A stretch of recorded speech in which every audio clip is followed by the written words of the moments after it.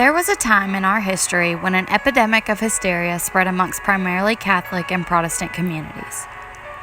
In the early 16th century, mass executions became an all too common theme with the rising outbreaks of witchcraft accusations. The roots of supernatural beliefs are found in both popular and elite culture. According to the webpage Assortment, in 1515, authorities in Geneva, Switzerland burned 500 witches at the stake. In 1526, in Italy, there were 1,000 witch executions. In 1571, witch hunts swept across France after claims were made of over 100,000 witches roaming the country. Over the 160-year period, from 1500 to 1660, an estimated 50,000 to 80,000 suspected witches were executed, including about 26,000 in Germany and 10,000 in France. Witchcraft reached its peak during the late 16th and early 17th century throughout Europe. The idea of witches and witchcraft was inspired by male hatred for and sexual fear of women, which occurred at a time when women were struggling for independence. Men had reason to prosecute witches in an attempt to control improper behavior of women. The Reformation perpetuated panics by ridiculing traditional church defenses against the devil and demons, compelling people to guard themselves against evil.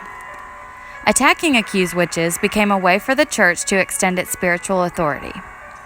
Any tragedy, such as illness, cattle death, or fruitless labor, seemed to become punishments for their breach of charity, and they turned on poorer neighbors, accusing them of witchcraft as revenge. Witch hunts were not only destabilizing, but threatened total anarchy. An explanation for witchcraft beliefs could be a lack of education amongst the common folk.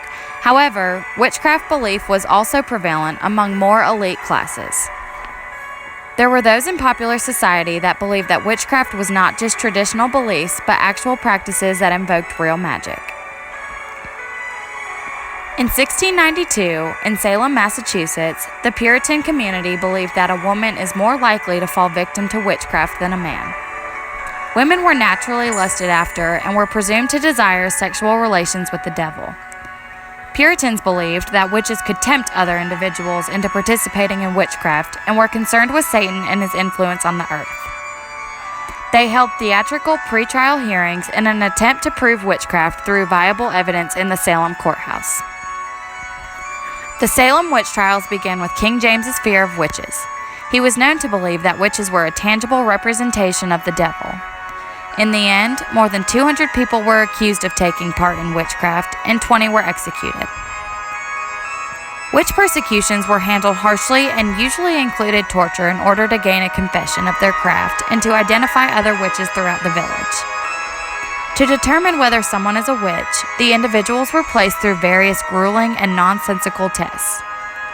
One of the more noteworthy examples of this is the swimming test. The accused would have their thumbs tied to their opposite big toes and were thrown into the water. If they were guilty, they would float, and if they were innocent, they would sink. The swimming test always resulted in a victim. As stated by Richard McLean, based on the Thomas McFarland socioeconomic model, many witches who were tried were not poor beggar women. Some were wealthy, active members of the community, and a significant minority of witches were male. The religious model presented the social divide between the popular and elite culture. The physiological model explains the confessions were a result of stresses experienced by poor women. This does not manage to cover the full diversity of tried witches, nor does it focus on the motives of the accuser. The problem with this model's argument is that it makes no attempt to explain persecutions over the time period. However, the beliefs surrounding witchcraft were more complicated than the model represented. According to some historians, witch hunting was a wealthy versus poor process of persecution caused by neighborly tensions.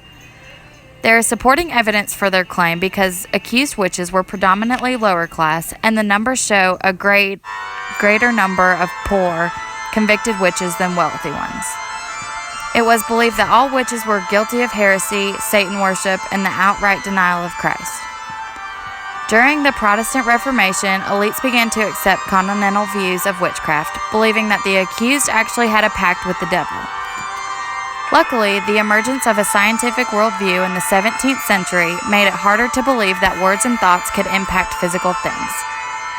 The period that saw the decline in witch hunting also saw the Enlightenment and scientific revolution.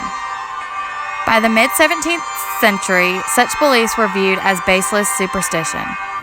Europe saw its last execution in Poland in 1793, and the witch hunter's reign came to an end.